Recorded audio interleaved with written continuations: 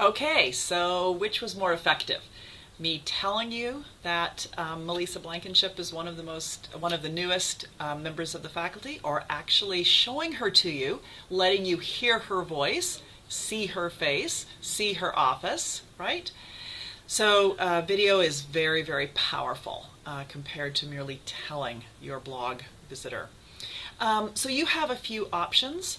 I made this little video fairly quickly, fairly easily. I used my cell phone for part of it, which admittedly is not the best choice. After I did it, I realized that I really wasn't too crazy with the format of the cell phone video, but it is an option.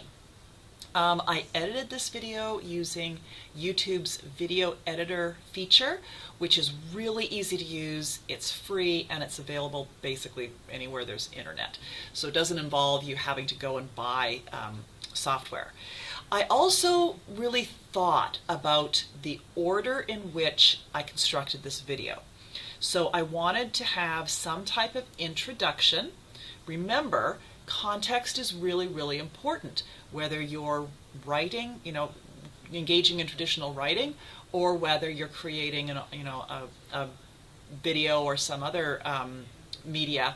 You really need to create context for your reader or viewer.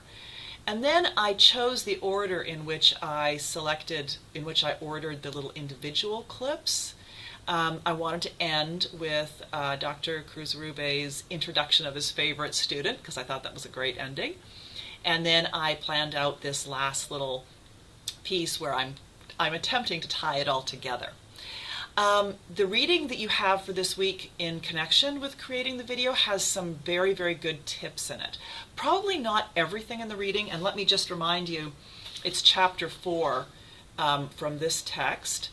Not everything in this chapter will be 100% relevant, but there are some very, very good suggestions.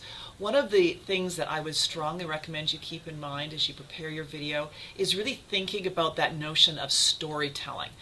Obviously, I'm not using storytelling in the traditional sense, like Once Upon a Time, but rather the idea that there should be some kind of purpose or point, and it should move logically or cohesively from one idea to the next within your video. And that's where the idea of storyboarding comes in. Reddish, I always have to remind myself that, because I get these two writers confused. Felder, I'm so sorry. This is Felder, right? Reddish is our other writer. Felder really recommends creating even a very basic storyboard for your video, where you just have, okay, I want this shot first, I want this, I want this. It's simple is totally fine, but it's good to have a general idea of the story arc as you go before you actually go into it. I'm going to be posting some resources for you to use, and as you read through the rest of the module, you'll see I'm elaborating on some of the choices you have as you do your video. I really want you to keep it fun. It does not have to be any particular form, although it does have to be of your own creation. I'm really looking forward to seeing what you come up with.